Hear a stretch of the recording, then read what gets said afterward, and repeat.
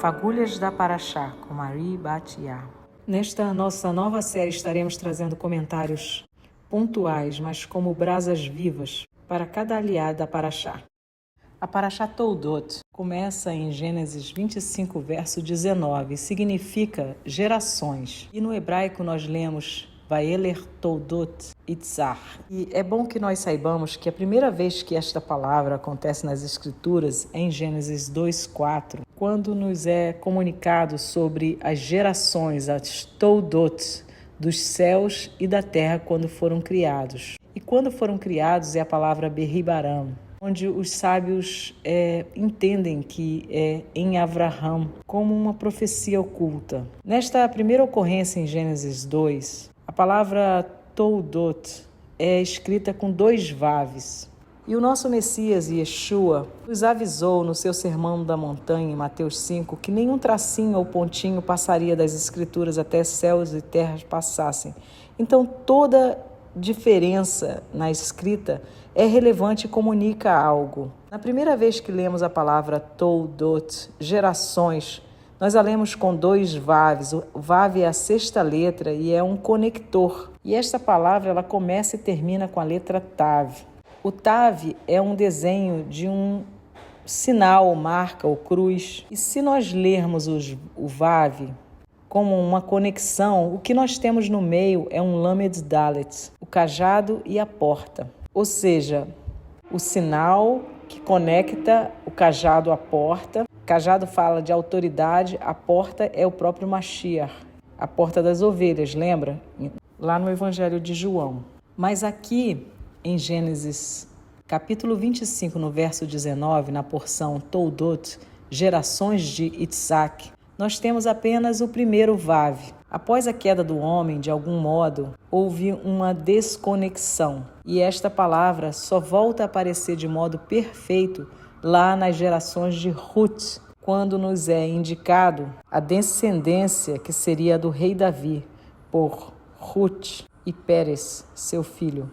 De algum modo, temos que a reparação das gerações, ou das Toldot, virá a partir da linhagem que traz o rei Davi.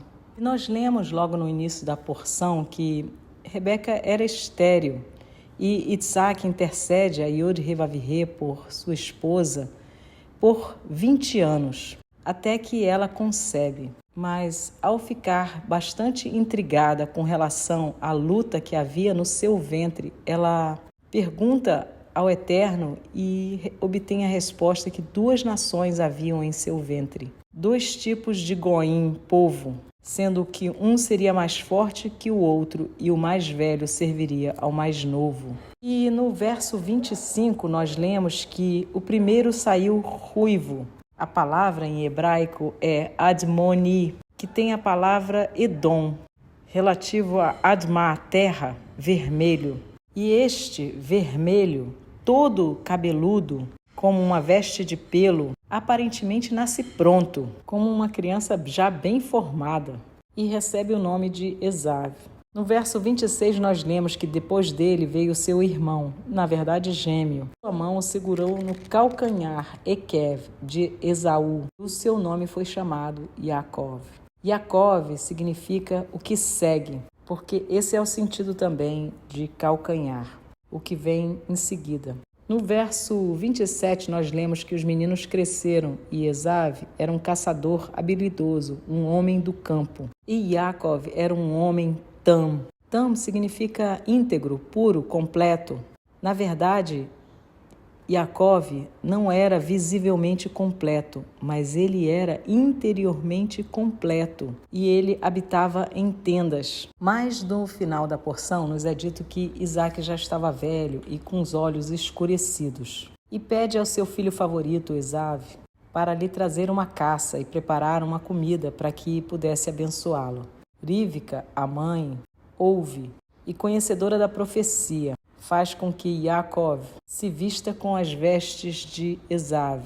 O texto nos diz, no verso 15 do capítulo 27, que Rivka tomou a melhor veste de Esaú, ou as melhores vestes de Esaú, seu filho mais velho, que estavam com ela na casa, e os colocou sobre Yaakov, seu filho mais novo. O que é interessante é que os sábios dizem que esta veste era a veste de Shem, Melquisedeque, uma veste de sumo sacerdote que foi passada desde Adão, que havia sido roubada por Nimrod, que Esav teria arriscado a vida para reconquistá-la de volta. E seria esta veste que Rivka coloca sobre seu filho Yaakov, uma veste do sumo sacerdote. E este dado acrescentaria um colorido especial a essa história, porque, de fato, a bênção para que o sacerdócio fosse perpetuado em Yaakov era profética.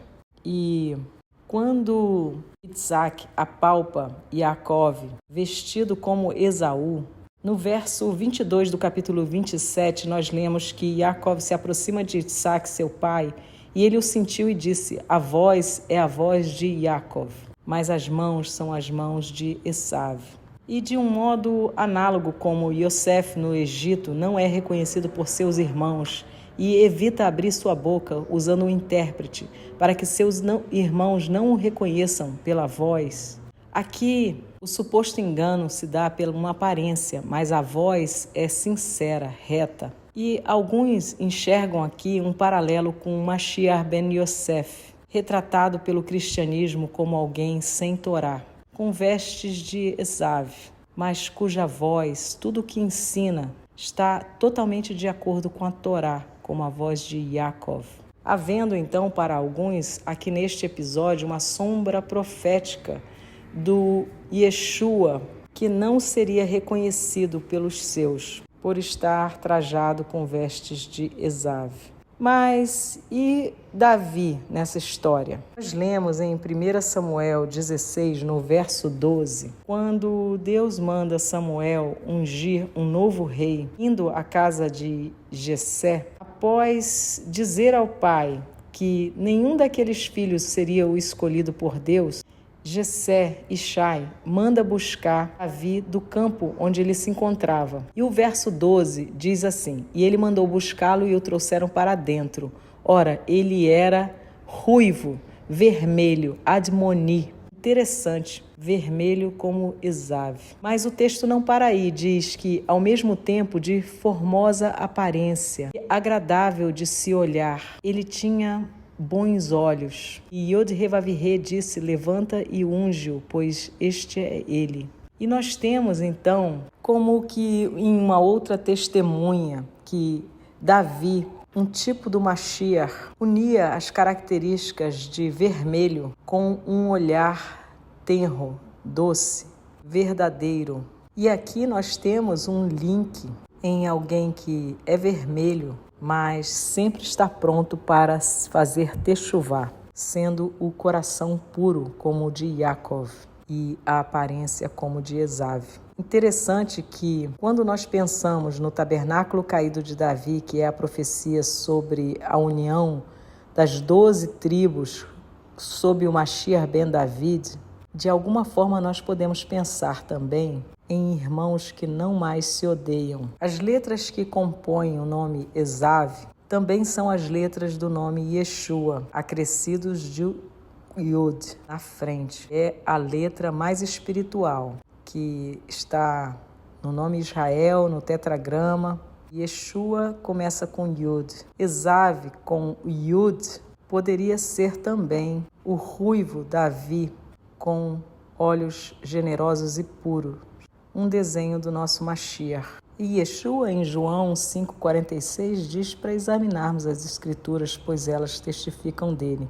E é isto que nós fazemos, buscando os desenhos proféticos de Mashiach nos links que nos são dados. Nada é à toa, tudo comunica. E, de fato, enxergar Mashiach nas Escrituras é começar a entendê-las. Shalom.